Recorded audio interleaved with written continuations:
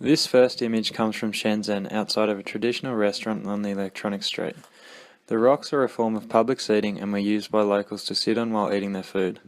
Despite being very low to the ground and not particularly comfortable, the benefits of this seating arrangement was that it created a communal sense of eating, with the three rocks in a grouped arrangement.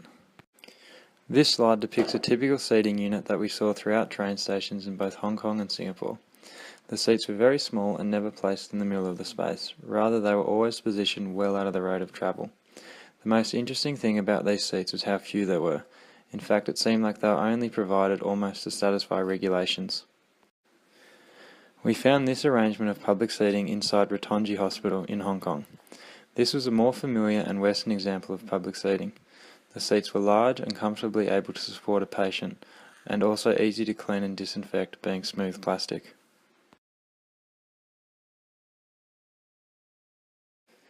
In the middle of essentially a concrete jungle in Shenzhen, we found several of these small planter boxes on railings on the side of the road. Even though these boxes seemed out of place in this roadside setting, they provided a welcome relief from the concrete and metal that surrounded them, and were the only greenery in sight. This stadium on the outskirts of Mongkok, Hong Kong, overlooked a synthetic soccer pitch and adjacent set of basketball courts. The stadium seating was very simple, consisting of concrete rows separated by metal dividers. There are a number of locals using this facility, both young and old.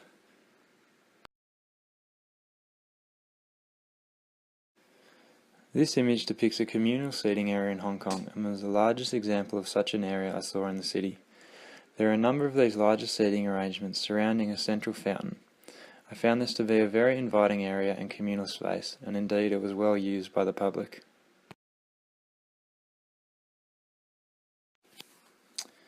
This seat we found at the ferry terminal in Hong Kong was probably the most modern or Western example of seating I saw in my time in the city. Being made of perforated stainless steel, it fit in well with the glass and stainless fit-outs of the ferry terminal environment.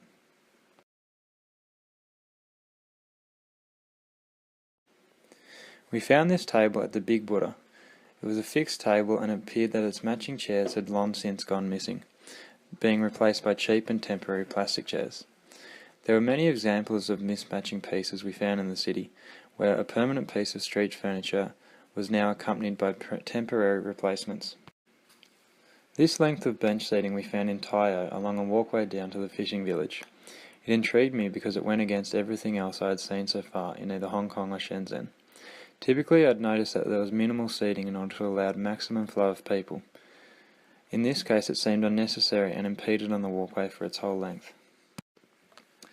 This was another example of mismatched street furniture that we found in outer Hong Kong. It was found a long way out of town and situated on a light bus line. There was no one at the stop, but it was obvious that the residents who used it had been forced to bring their own seats to wait for the infrequent bus station, not having been provided with built-in seats at the stop. In comparison, this was a bus stop found closer to the city on a much more frequent line which had its own built-in seats. I found this to be somewhat out of character, as it would make sense that in keeping with the government's plan to seemingly keep highly trafficked areas free from congestion, these built-in seats should have been absent from this bus stop and instead installed at the lesser frequented station out of town. This was a piece of furniture that I really liked. I found it in Singapore Airport in a number of the different lounges. It is a charging station for your phone that only works if you pedal the seat like a bike. It was very popular with many of the travellers waiting for their flights, and indeed I too sat and charged my phone for a while as I waited. This larger public park space in Mongkok was heavily frequented on the day we were there. The apparatus featured in the photo are all exercise equipment designed to work a number of different workouts. These include a stepping machine, chin-up bar, resistance bands, a balancing pedestal, and a number of rotating wheels. In the same park was this ping-pong table setup. The area had 4 concrete tables, each with fixed nets, which proved to be extremely popular with the locals. Facing the tables were also a number of bench seats, allowing people to rotate between playing and watching, and also allowing bystanders to sit and spectate. These 2 seats were located on Bird Street in an out-of-the-way corner, which was essentially a large rubbish pile, filled with tattered bird cages and other rubbish.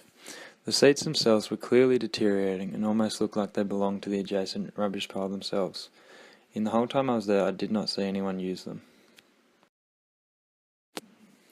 In almost the same area were these small and rough pods, which seemed almost reminiscent of mushroom stools.